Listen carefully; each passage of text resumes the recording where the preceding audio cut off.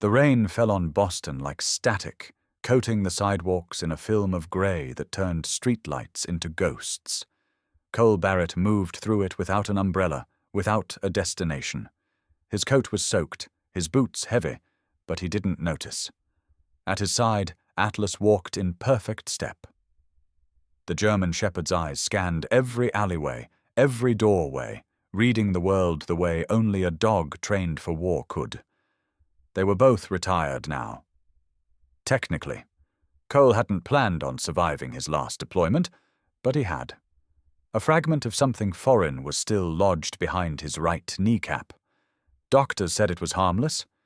They didn't mention the parts of him that hadn't healed, the silence between his ears, the cold behind his ribs. He had spent 2 years drifting. Atlas was the only constant. Not a pet, a partner. A dog who had saved his life more than once, and who now slept at the foot of a bed Cole rarely touched. That night, as they returned to the sterile apartment they never called home, something shifted. Cole tossed his jacket on the floor, boots thudding beside it. Atlas padded in, circled twice, and lay down facing the door like he always did. Cole grabbed a beer from the fridge, left it unopened on the counter, and collapsed onto the couch. He wasn't looking for anything. He was scrolling. Real estate listings, odd corners of America, Alaska cabins, Arizona ruins, places to disappear. Then it appeared, a black and white photo, weathered stone, wind-whipped grass, a lighthouse. It sat alone on a cliff in Maine, tall, silent, defiant. The listing read, Lighthouse Point Property, Port Mercy, Maine. No utilities, no guarantees, no refunds, sold as is. It cost less than Cole's last rifle. He clicked through the grainy images. The keeper's cottage was crumbling, windows boarded, roof bowed, but the walls, thick granite, like they'd been poured straight from the sea. It wasn't a house, it was a fortress. Beside him, Atlas let out a quiet chuff. He'd sat up, ears forward, eyes locked on the screen. You see it too, huh? Cole muttered. The dog tilted his head, nose twitching. Cole stared at the image. A place no one wanted. A place built to endure. His finger hovered for a moment over the Buy Now button. Then, clean and final, he clicked. The next morning, they drove north. The road narrowed the farther they went. Highway to county road to gravel. Civilization fell away like a peeling sticker. By the time they reached Port Mercy, the GPS had given up. The town was barely more than a harbor, sagging buildings crouched around a single dock. Salt was in the wood, in the windows, in the faces of the men who watched the truck roll past. Cole parked outside a weather-beaten general store. Inside, he grabbed essentials, fuel, lantern oil, coffee, canned beans. Behind the counter stood a teenager with wary eyes and a name tag that read, Evan. Moving in? Evan asked, scanning items. Lighthouse. Cole replied. The boy's hands froze. Nobody's lived there in 50 years. Cole didn't respond. He paid in cash. Outside, an old man was gutting fish on a plastic tarp. He didn't look up when Cole passed. The beacon doesn't like strangers, the man said flatly. Cole paused. Neither do I. The man gave a slow nod. Then you might just get along. They reached the property just before dusk. The path to the lighthouse was nearly gone. Weeds and brambles scratched at the truck as it crawled through. Then the trees broke, and it stood before them. The cottage was as ruined as the photos promised. Moss clung to stone like memory. The lighthouse tower rose behind it, tall and silent, the top lost in fog. Cole stepped out into the salt wind. Atlas leapt down beside him, nose to the air, body tense. He didn't move like a dog exploring a new yard. He moved like a soldier clearing a perimeter. They approached the cottage. The door was swollen shut. Cole pried it open with a crowbar. The air inside smelled of damp wood and decades of silence. He set up camp on the floor, sleeping bag, lantern, a a metal cup of cold beans. Atlas sat near the door, facing the tower, muscles tight under his coat. "Relax," Cole said. "It's just a storm." But Atlas didn't relax. His ears twitched, his nose worked the air. Then came the sound. Tap, pause, tap, tap, tap. Cole froze.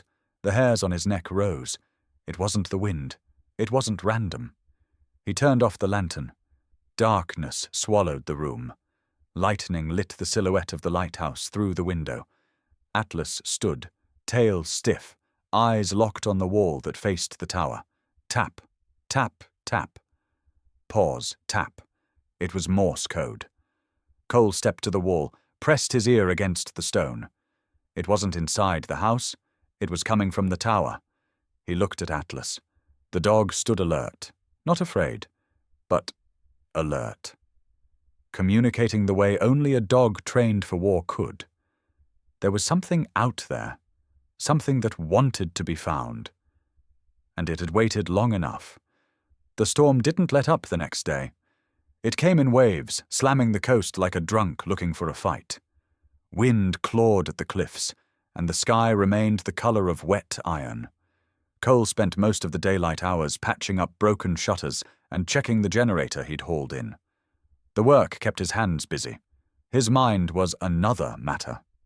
Atlas stayed near the lighthouse-facing wall. He barely moved from it. The dog would stand there for long stretches, ears tilted forward, tail still. Sometimes he would press his nose to the stone. Other times he sat like a statue, gaze locked on the boarded window as if waiting for something to move. And once, just after noon, Cole caught him growling under his breath. Low. A rumble like thunder under fur. "What is it, boy?" Cole asked, wiping sweat and salt from his brow. Atlas didn't blink. He just stepped toward the door that led to the tower path, placed one paw against it and looked back at him. Not as a pet begging to go outside, but like a fellow soldier signaling a breach. By the third day, Cole had memorized the dog's behavior. Atlas would patrol the cottage like he was walking a perimeter. He'd pause at the base of the tower. He'd sniff along the floorboards, then return to that same spot by the eastern wall and sit. Cole tried to dismiss it. Maybe the dog was adjusting to the new surroundings. Maybe there was a rodent in the walls, or a draft whistling through cracks too small to see. But deep down, he knew better. Atlas had never behaved this way in any combat zone, any safe house, or any city street they'd worked together. This wasn't unease. It was alert. That night, the wind came from the east, harder and colder than before. Rain slapped the cottage sideways. Cole lit a fire in the old stone hearth, the first real warmth in the place since they'd arrived. He ate from a can, fed Atlas from a stainless steel dish, then sat back on the floor, his back to the cold granite wall. Atlas didn't eat right away. He paced, not nervously, methodically. Every few minutes he would stop, turn toward the front door, and growl. The noise came again. Tap, tap, tap, tap. Same rhythm, same location. This time, Cole didn't ignore it. He grabbed his flashlight and a rain jacket and moved towards the door. Atlas stepped in front of him, not to block, but to join. He sat beside the threshold, alert but calm, and looked up at Cole with eyes that said, "I'm with you." Outside the rain was thick, cold enough to sting. The fog rolled over the hill like smoke, swallowing the ground beneath it. The beam of the flashlight barely punched 10 feet ahead. But the tapping had direction now. It came not from inside the cottage, but from behind the lighthouse. Cole rounded the side of the structure, boots sliding on wet stone. Atlas was right behind him, a silent shadow with sharp ears and a sharper nose. The tapping stopped. Cole waited, breath visible in the cold. Waves crashed against the rocks below, their rhythm harsh and uneven. Then, again, tap, tap, tap. He turned off the flashlight. Darkness consumed them, Only the faint green glow of algae clung to the rocks. Atlas stood motionless beside him, his head raised, nose testing the air. Then the dog moved. No sound, just forward motion, one paw after another over the gravel and seaweed. He stopped at a point where the base of the lighthouse met the edge of the cliff. Sat, looked down. Cole followed. Beneath the overgrowth, part of the rock wall had collapsed. The stone here wasn't natural. It was carved. A line of thick mortar, weathered by time, marked the edge of something once sealed. Atlas pawed at the ground. Gently, precisely. His claws scratched away moss. Then he whined. A soft, urgent sound. Cole knelt, brushed away more of the earth. His fingertips hit something metal, cold, flat. He dug deeper, a handle or a hinge. He stood and took a step back, staring at the shape now partially uncovered in the moonless dark. A door, no bigger than a crawl space. Iron, riveted, sealed shut by time and rust. He looked down at Atlas, who sat beside it, staring at him like it had been waiting for him to arrive. "You sure?" Cole whispered. Atlas didn't blink. Cole reached into his pack, pulled out a folding spade, and began to dig. The rain picked up. The wind howled. But neither man nor dog moved from the task. Dirt flew, roots tore, mud coated his gloves, his boots, his face. He worked in silence. Atlas kept watch. Half an hour later, the full hatch was visible, square, riveted, dead center in the earth behind the lighthouse. Cole pressed a hand against it. Nothing. No give. No sound. He looked at Atlas. The dog stood now, body tense, gaze fixed on the hatch like it was a living thing. "I think you just found something," Cole said under his breath. "Something that was never meant to be found." The storm surged. Thunder cracked across the sky. The wind ripped the breath from his lungs. And through it all, Atlas never moved. He just stared at the sealed hatch in the earth, waiting, watching, guarding. By morning, the storm had passed, leaving behind a soaked world that smelled of seaweed and iron. The wind had stripped branches from trees and flattened the underbrush. Cole stood on the rocky edge of the lighthouse property, sipping black coffee from a dented thermos, eyed, scanning the horizon like he had on 1,000 watch rotations. But this wasn't a combat zone, not officially. And yet the tension in his shoulders hadn't eased since the night before. Atlas moved like a shadow through the wet grass, nose low, body alert. They spent the early part of the day clearing brush, exposing the full perimeter around the lighthouse base. What had once been overgrown stone paths began to reappear, lined with half-buried cobblestones and the skeletons of rusted-out fences. It wasn't until midday that Atlas froze again, dead center in the field where the cliffs curved inland. His ears went up. He didn't bark. He didn't move. Cole noticed the shift immediately. He set down the shovel and walked towards the dog, whose posture was rigid, eyes locked on a wall of granite that sloped into the earth. Atlas let out a single, clipped sound, a sharp breath that meant something's here. Cole followed the gaze. The stone wall wasn't natural. Not completely. In the cracks between the boulders, someone had etched something. Faint, covered in moss and salt. He dropped to a knee, pulled a brush from his pack, and began to scrub. What emerged was crude but unmistakable, a military insignia. Or at least it used to be. A circle with crossed arrows, half worn away by time, but deliberately defaced. A slash cut clean through it. He moved down the line.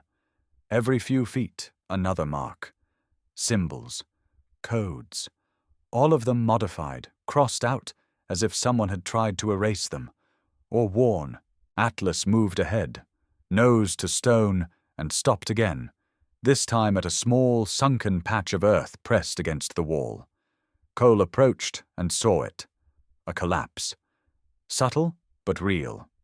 One section of the granite base had crumbled inward, revealing a shallow cavity behind it.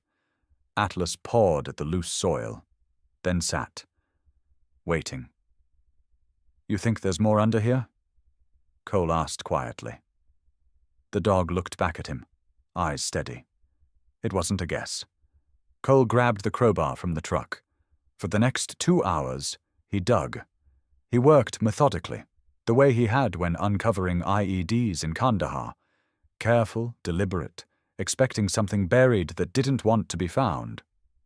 As the last layer of soil came away, his hand brushed cold metal.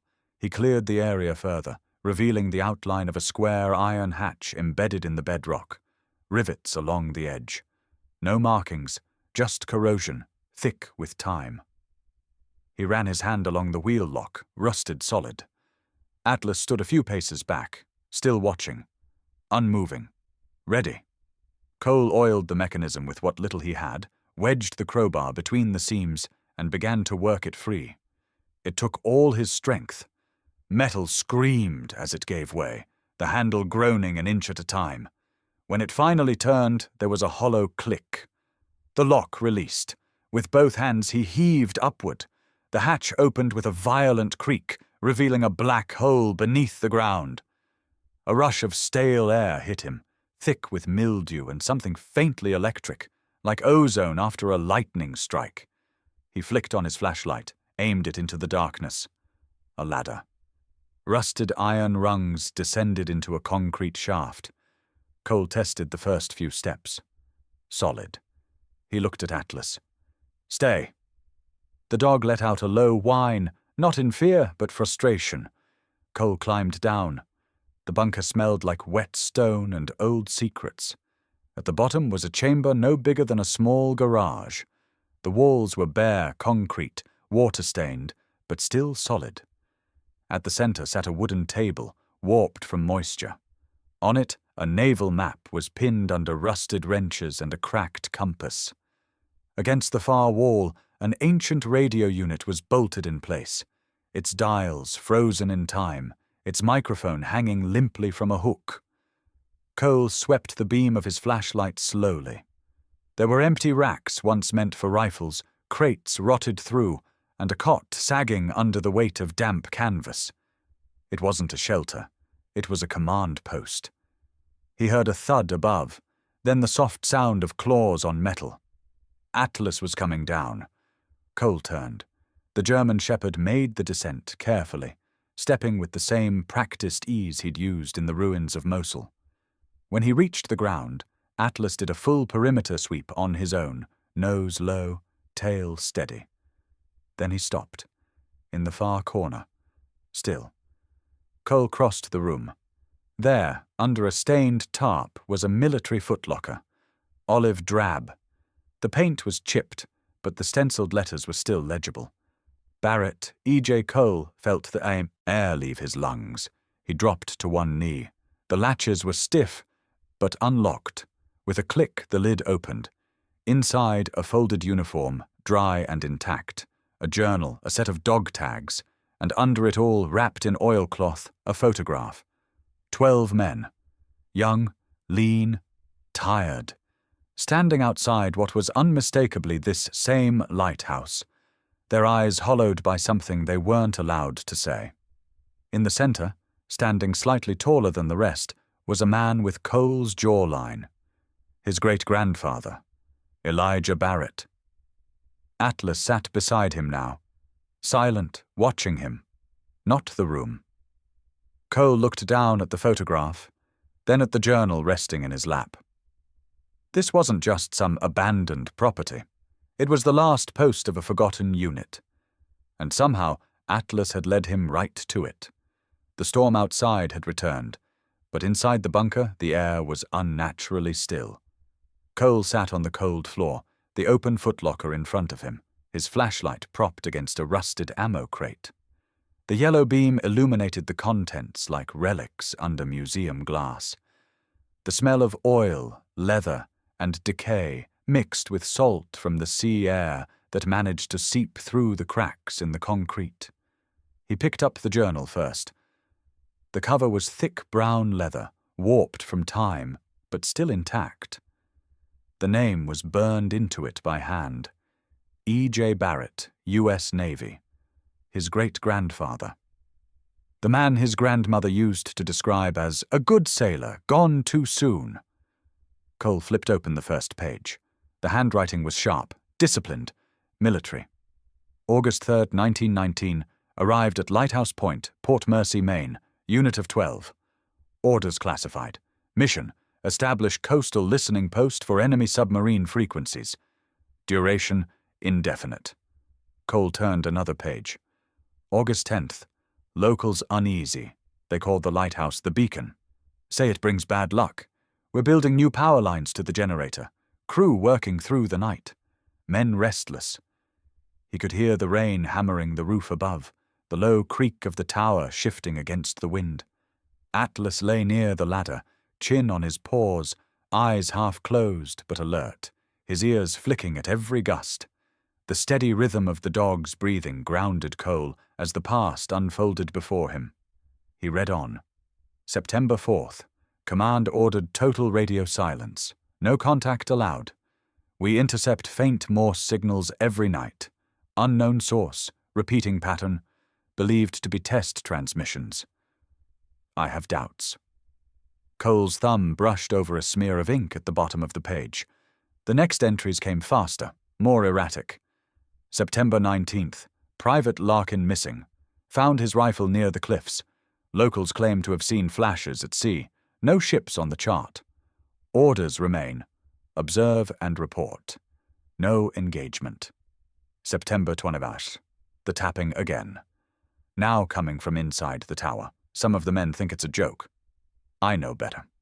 Cole looked around the bunker. The damp concrete walls, the rusted racks, the ancient radio. The same air those men had breathed a century ago still lingered here, stale and heavy. The parallels were too close to ignore. A small, isolated unit, cryptic orders, no reinforcements, and silence from command. He knew that kind of silence. It was the same that followed his last mission overseas, when his team was ambushed because someone up the chain decided their lives were expendable. He turned another page. The ink had grown uneven, the handwriting trembling. October 12th. Radio transmission from command. Brief. Conflicting coordinates. Some men think it's an evacuation. Others, not so sure. Strange fog rolling in from the sea. Visibility near zero. Power failing. Morale worse. Cole exhaled slowly, feeling the old rage stirring. He reached into the locker and found a folded piece of parchment tucked behind the journal. It was a map, hand-drawn, with coded lines and marks in red pencil. At the top, written in block letters, were two words, Project Sentry. On the map, the lighthouse stood at the center. Arrows and circles spread outward like the spokes of a wheel. One mark caught his attention, a large black X near the base of the tower, and beside it, in his great-grandfather's handwriting, a short note, Secondary Comms, Heart of the Light. The phrase hit him like a trigger. He remembered the last line in the journal entry. October 15th, quarantine order issued. Command claims gas leak. We know better. The truth lies in the heart of the light. Cole read that line twice, his breath caught somewhere between disbelief and awe. The truth lies in the heart of the light. He looked toward the ladder, toward the heavy iron door above them. The lighthouse, the one that had been welded shut. The tapping he'd heard nights ago wasn't random. It was Morse, the same pattern his ancestor had written about. Atlas stirred, lifting his head. His eyes met Cole's, intelligent and steady. The dog let out a low rumble, not fear, not warning, but recognition. You hear it too, don't you? Cole whispered. Atlas stood, padded over, and sat beside the map, nose brushing the edge where the X was drawn, the exact spot beneath the tower. Cole stared at the dog. You're telling me to go back up there? A gust of wind shook the bunker door. Somewhere above, The metal of the lighthouse moaned like a living thing. The storm had found its rhythm again. Cole closed the journal and tucked it into his jacket. He ran his fingers through Atlas's fur, rough and damp from the sea air. Guess this place didn't want to be left alone after all. He packed the map, the photo, and the tags. Then he climbed the ladder, pushing open the hatch into the storm. The rain hit his face like needles. The lighthouse tower loomed ahead, tall and black against the churning sky.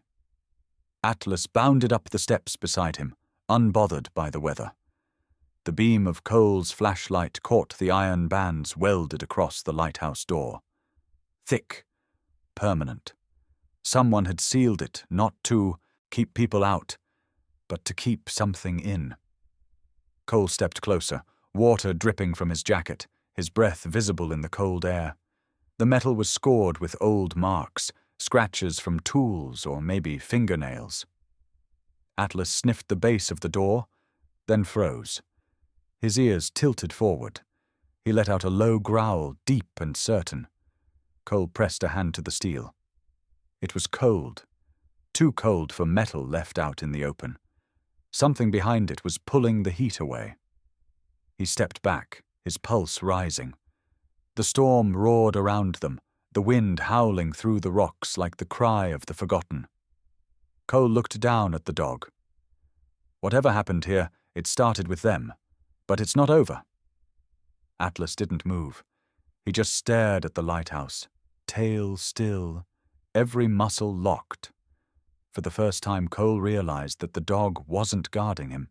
They were guarding it. The past wasn't buried. It was waiting. Cole returned to town the next morning under a sky the color of steel wool. The roads were slick with last night's rain, and gulls circled low over the harbor like they knew something was coming. He parked in front of the Port Mercy General Store, gravel crunching under his tires. Atlas jumped out of the truck bed before the engine stopped, scanning the street with soldiers' discipline. The townspeople noticed. 2 old men nursing black coffee on a bench outside the bait shop fell silent. A woman carrying groceries ducked into a car a little faster than necessary. Cole ignored them. He had lived through this brand of silence before, in Kandahar, in Fallujah. Suspicion always had a sound. And this town was loud with it. Inside the store, Evan was restocking canned beans. He glanced up and froze when he saw Cole. "You again," he said flatly. Cole grabbed a coffee from the cooler, unscrewed the cap, and took a sip before paying. "Got a question for you." Evan didn't move. "What do you know about a unit stationed at the lighthouse in 1919, Navy, called Project Sentry?" Evan set the can down slowly. "Never heard of it." "Try again." Evan looked him in the eye. "Look, I don't know what you think you found up there, but around here, we don't dig into things that were meant to stay buried." "You ever ask why they were buried in the first place?" "That's not my job." Cole placed the cash on the counter and left without another word. Atlas waited outside, sitting by the truck, eyes fixed on the people watching them through shop windows. Cole ran his hand down the dog's back. "We're not done yet." He tried the sheriff's office. Locked. He tried the historical society. Empty. Finally, he stood in front of the last place that might hold real answers. The Port Mercy Library. It was a single-story brick building with ivy climbing the walls and a carved wooden sign that simply read, "Library." Cole pushed the door open. A bell jingled overhead. The warmth inside was a welcome contrast to the damp outside. Shelves lined the walls like ribs, heavy with history. Behind the desk sat a woman in her 60s, hair pulled into a bun so tight it looked like it might snap. Glasses perched on the edge of her nose, and a silver brooch shaped like an anchor pinned to her sweater.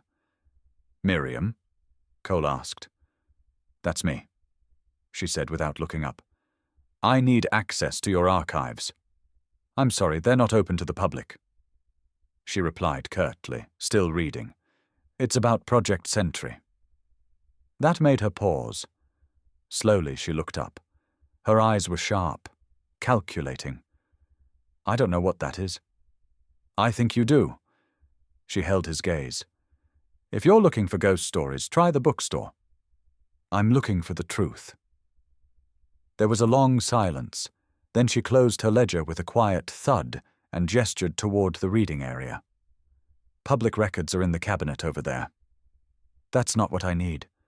Then I can't help you. Cole exhaled, jaw tight, but didn't argue. He gave a tight nod and turned to leave. Atlas, who had waited patiently by the door, stood and stretched. Just as Cole opened the door, a small voice rang out. Doggy! A girl, no more than 5, broke free from her mother's hand and ran straight toward Atlas. Cole stiffened, but Atlas didn't move. He lowered his head, tail wagging once. The girl threw her arms around his neck. Atlas didn't flinch. He simply leaned into her hug. The mother rushed over, apologizing, trying to pull the girl back, but Cole raised a hand. It's okay. Atlas sat down, letting the girl stroke his face. He responded with a soft lick on her cheek that sent her into a fit of giggles. Miriam was watching. She didn't say a word, but something in her face shifted. An hour later, Cole was back in the truck, ready to head out when the library door opened. Mr. Barrett. Miriam called. He turned. I may have something, if you're willing to treat it with respect. He nodded once. Always. Inside, she led him past the circulation desk to a heavy wooden door. She unlocked it with a key from her necklace. The room beyond was cold and dim, lined with metal filing cabinets and microfilm readers that looked like they hadn't been touched in decades. I'll give you 1 hour, she said. Start with box 14C. The box was heavy. Inside were carbon-copied letters, requisition forms, and reports stamped with official seals. And then, in the back, he found it. A single newspaper clipping from the Port Mercy Gazette, dated 1920. It read, Training Tragedy at Beacon Site, 12 Lost in Equipment Explosion. No names, no unit numbers, no photos, just a paragraph claiming the military had cleared the location and decommissioned the site. Cole turned to Miriam. This is a lie. She nodded slowly. I was 12 when I first asked my grandfather what happened at the beacon. He told me never to bring it up again, not with anyone. Why? Because the men in suits came to town. They said it was for national security. They said if we talked, bad things would happen. Some people believed them. Others just wanted to forget. Cole leaned over the box again. At the bottom, a thin leather folder marked Confidential. Inside was a handwritten letter from the town pastor, November 4th, 1919. A terrible silence from the beacon. Officials from the city arrived. They speak of quarantine, a gas leak. They tell us to forget what we saw. May God have mercy on those poor souls. Miriam crossed her arms. You're the first person to ask in 50 years. Cole looked down at the letter. The ink had faded, but the fear in the handwriting was still vivid. He folded it carefully and slipped it into his jacket. Atlas stood at the door, watching. Miriam reached into the drawer behind her and pulled out another key. There's a second archive room. Off the record. You'll want to see what's in there. She handed him the key. Her hands trembled. This town doesn't need another secret. She said, maybe it's time someone remembered. Outside, the sky was clearing. For the first time since he'd arrived in Port Mercy, Cole felt something other than suspicion in the air. He felt trust. And from the seat beside him, Atlas let out a low, satisfied sigh, like a soldier who'd just won the first battle in a long war. The storm returned like it had unfinished business. Wind roared against the cliffs, pushing waves into the rocks below with thunderous rage. Cole stood beneath the lighthouse, drenched and unmoved, staring at the iron-welded door that had defied him for weeks. He was done waiting. Atlas stood behind him, unmoving, rain sluicing off his thick coat. His ears were perked, his eyes never leaving the base of the tower. Cole raised the grinder. Sparks screamed as steel tore into rusted metal. The grinding wheel bucked in his grip, shrieking louder than the wind. The welds began to give, first in shivers, then with cracks. Cole didn't flinch. This wasn't about curiosity anymore. It was extraction, recovery, a final act of war. Atlas barked once, not alarm, not fear. Momentum. The last bolt snapped. With a grunt, Cole kicked the door. It gave way on the third strike, groaning open into a cloud of thick, choking dust. The smell inside was foul and preserved, rot and rust sealed in darkness. He tied a bandana over his mouth, clicked on his flashlight, and stepped inside. Atlas followed without hesitation, his body low and tense, moving like he had back in Mosul, clearing hallways with quiet, lethal certainty. The interior was narrow. A spiral staircase wound up the cylindrical wall, each iron step slick with decades of grime. Cole tested the first, then climbed. Atlas's claws clicked behind him. Steady, precise. Step by step, the sound of the outside world fell away. The wind faded. The sea vanished. All that remained was the groan of iron, under pressure and the sound of breathing, man and dog, as they climbed into the dark. Halfway up, Atlas stopped. He froze at a landing, nose pressed to a seam in the wall that looked no different from the rest. But Cole knew better now. The dog had led him to the hidden bunker. He was the compass, the warning, the witness. "What is it?" Cole whispered. Atlas pawed gently at the wall, then looked up. A soft whine followed, short and sharp. Then silence. Cole ran his fingers along the seam. Solid. But when he tapped lightly, the sound was wrong, hollow. He pressed harder. Something shifted. A faint grinding. A stone block rotated inward just an inch. Hidden latch. He wedged his crowbar into the edge and pushed. The block gave, revealing a narrow passage behind it. Cold air spilled out. Dry. Electric. Heavy. Atlas stepped through first. Cole followed. The room was small, hidden between the lighthouse's inner and outer walls. And it was untouched. Dust clung to everything like a second skin, but the air was still, preserved. In the center, a wooden desk. On it, a sealed canister, wax-lined and stamped with the naval insignia. Beside it, a lantern, a thick binder, and a cloth banner pinned to the wall. Cole stepped forward, wiping the grime from the canvas. 12 names, the men in the photo.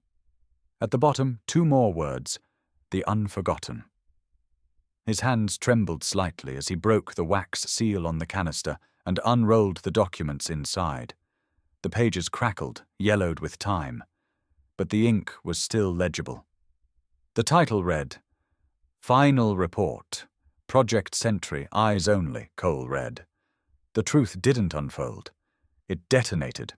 Project Sentry had been an experimental acoustic surveillance program designed to detect undetectable German U-boats along the northeastern seaboard using advanced signal triangulation, cutting edge, and classified. But someone had leaked it. Command knew the site was compromised. They had 2 fears. First, that the technology would fall into enemy hands. Second, that the failure would expose incompetence at the highest levels of naval command. So they made a decision.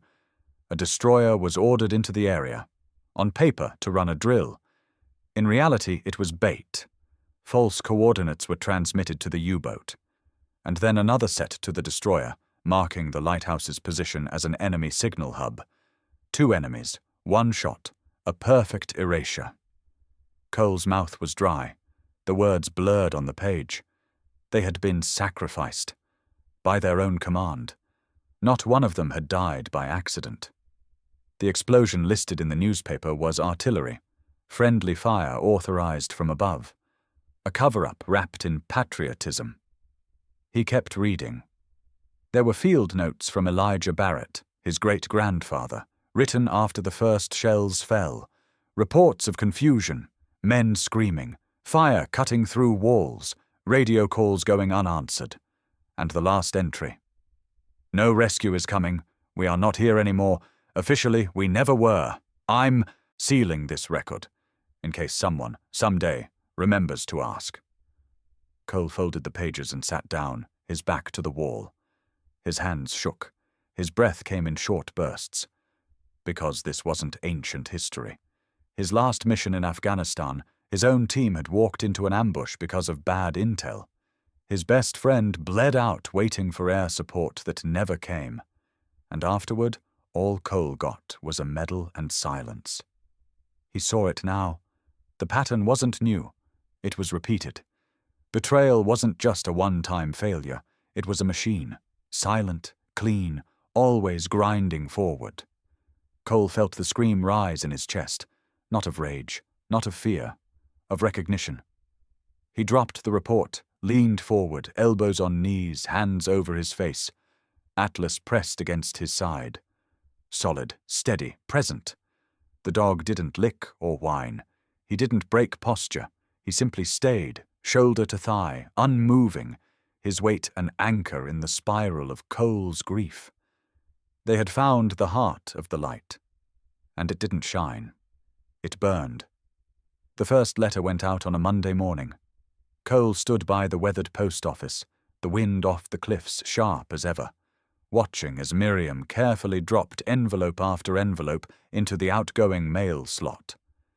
Each one held the name of a fallen man who'd once worn a uniform, and the name of someone who might still care to remember him. Project Sentry. Most of America had never heard of it.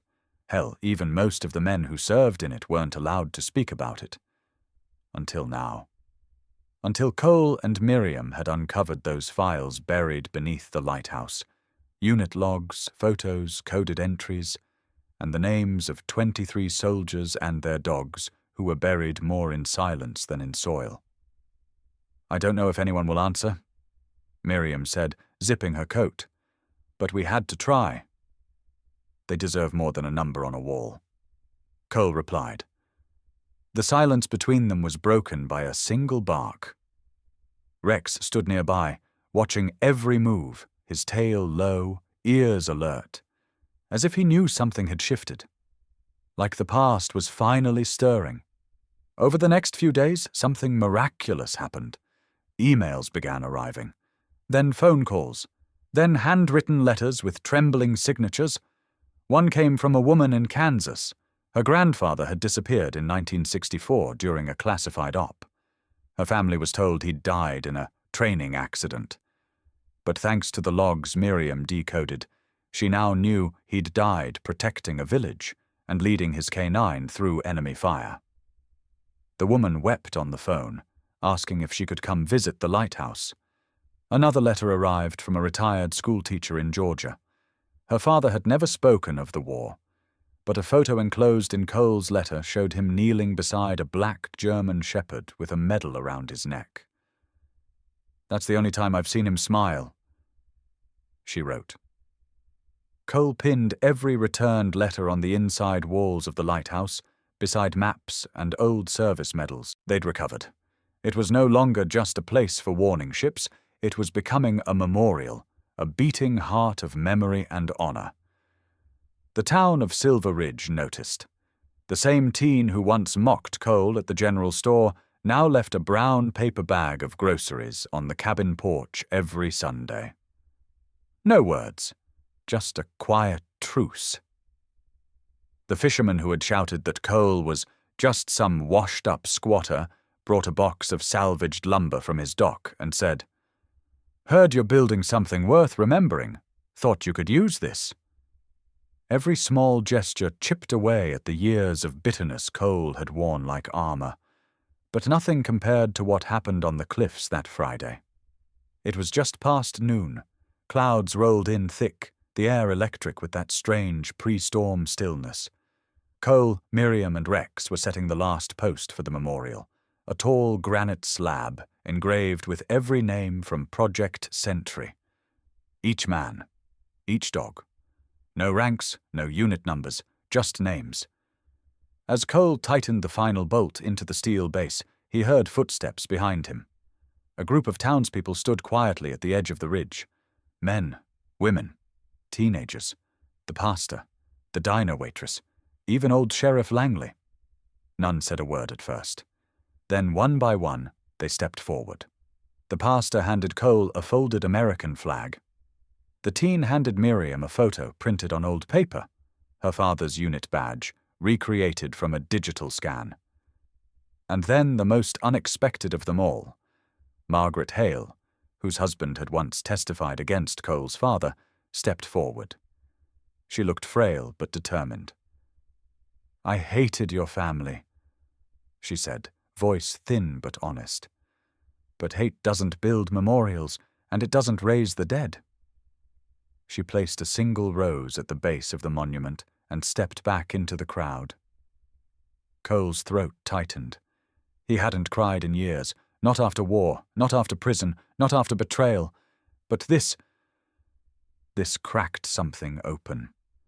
Rex moved beside him, pressing his body against Cole's leg, steady as ever. Miriam reached over, squeezed his hand. "You built something, Cole," she whispered. "More than a monument." That evening, under an amber sky, the town stayed behind. They lit lanterns. They told stories, some true, some exaggerated, about soldiers, dogs, fathers, friends. Miriam read aloud the names on the stone, and when she read the last one, Rex barked once, loud, sharp, certain. It wasn't noise, it was memory. It was purpose. It was the sound of a dog still guarding the past, still holding the line. And for the first time in a long, long time, Silver Ridge listened. The air was heavy with salt and silence. Waves curled and hissed against the black rocks beneath the lighthouse, but the crowd standing at the bluff edge said nothing, just the rhythmic sea and the occasional creak of wind against the weathered metal railings. Cole Barrett stood at the podium, wind tugging at the collar of his jacket. Folder in his hand, worn soft from weeks of practice. He looked older than a year ago, like someone who had dug through the past and buried part of himself in it. Next to him sat Rex, his coat flecked with grey, eyes still sharp, still scanning the horizon like the sentinel he was born to be. A makeshift memorial wall had been built into the base of the lighthouse, carved from reclaimed driftwood and etched with names long lost to paper. At its center, 12 names, 12 soldiers, 12 men who had vanished into the dark without witness or honor. Cole adjusted the mic, his voice steady, low. Today we remember what history forgot. He began reading, each name like a breath pulled from the grave. Private James Holloway, Corporal Miguel Reyes, Lieutenant Daniel Boone. With each name, a lantern was lit by a family member or a volunteer holding a black and white photograph. Some were real descendants. Others were strangers who had adopted the memory. It didn't matter. What mattered was that someone finally spoke their names aloud. As the last name echoed into the wind, Cole reached into his coat and pulled out a small metal plate. He walked to the wall and knelt. With quiet reverence, he nailed it into the wood, just beneath the 12th name. Cole Barrett, witness. He didn't flinch when the hammer struck. He let the sound settle, let it become part of the ceremony. Then he stepped back, and without a word, turned toward the lighthouse door. The old generator had been repaired weeks earlier by volunteers, veterans, engineers, even tourists who heard the story and showed up with tools in hand. But no one had turned it on, not until today. Cole flipped the switch. For a second, nothing. Then a low hum, a mechanical growl, and suddenly, light. A blinding beam roared to life, sweeping across the open ocean like a sword slicing through the dusk. Gasps rose from the crowd. Some clapped. Others just stood there, mouths open, eyes wet. For the first time in nearly a century, the beacon of valor lit the sea again. And when it turned, when its arc reached the southern reef, it illuminated the place where the soldier's boat had gone down. The very waters that had swallowed them whole now burned gold with memory. Cole didn't say anything. He didn't need to. But Rex did. The old shepherd lifted his muzzle and let out a deep, single bark. It wasn't loud, it wasn't desperate, it was a statement. A final call answered. A little boy in the crowd tugged at his father's sleeve. "Daddy, is that the dog from the story?" The man nodded, eyes never leaving Rex. "That's him. That's the one who found them." The crowd slowly surrounded the lighthouse. Some left flowers, others lit candles or whispered prayers. A woman played taps on a silver bugle, the sound floating across the cliffs like a farewell to ghosts. As the sun dropped and the lanterns glowed brighter, a local news crew asked Cole for a statement. He simply looked to Rex. "He didn't bark for food," Cole said, voice barely above the wind. "He barked for the truth." The reporter started to ask another question, but Cole had already turned away, walking with Rex down the narrow cliffside trail. They didn't look back. The light continued its sweep, again and again. A signal, a memory, a promise kept. The old lighthouse stood quiet at dawn, its beacon finally still after years of being a silent witness. But inside, something stirred. Cole stood on the porch, coffee steaming in his hands, watching Atlas pace the perimeter like he always had. The German shepherd was older now, greyer around the muzzle, slower in the joints, but his eyes were still alert, scanning the horizon with the same devotion he had the first day they arrived. Every morning at 6, rain or shine, Atlas walked the same line, still guarding, still believing it mattered. Inside, the lighthouse had changed. The creaky floors had been reinforced, the dusty storeroom converted into a small operations room. A hand-painted sign above the door read, "Northlight Haven, Veteran Retreat and Memory Archive." It started small. 1 letter, then 2, then 23. Veterans from across the country began sending Cole their journals, confessions, sketches, and audio tapes. Most came with no return address. Some came from nursing homes, others from prison. Some were just a name and a story about a dog that once saved them from something too dark to name. Cole didn't ask questions. He just built shelves and kept the lights on. Miriam was the one who suggested digitizing everything.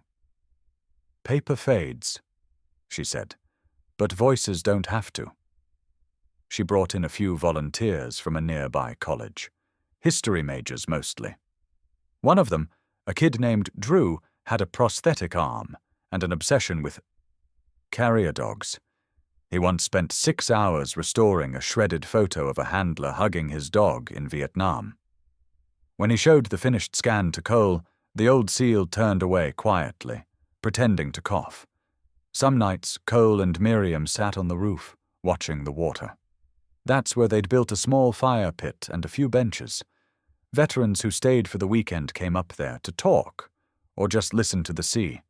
No one had to explain why they came. No one had to pretend they were okay.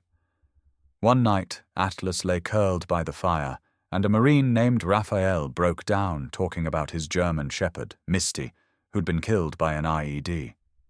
"She wouldn't get out of the vehicle," he said. "She knew. She always knew." No one interrupted. Atlas got up, limped to Raphael, and leaned into him until the man finally stopped shaking. Word spread. News outlets picked it up. A podcast episode titled "The Dog Who Guarded Secrets" went viral. Someone painted a mural of Atlas outside a VA hospital in Portland. A congresswoman wrote to Cole asking for permission to speak about the project during a PTSD summit. He declined, politely. This wasn't about funding or speeches, it was about remembrance. But then came the envelope. No return address. Inside was a single sheet, an official military reclassification notice. One name struck through. Beneath it, Ragnar Atlas, Honorably discharged with commendation for actions in Operation Iron Gate. Date of service correction approved. Cole sat for a long time with that paper.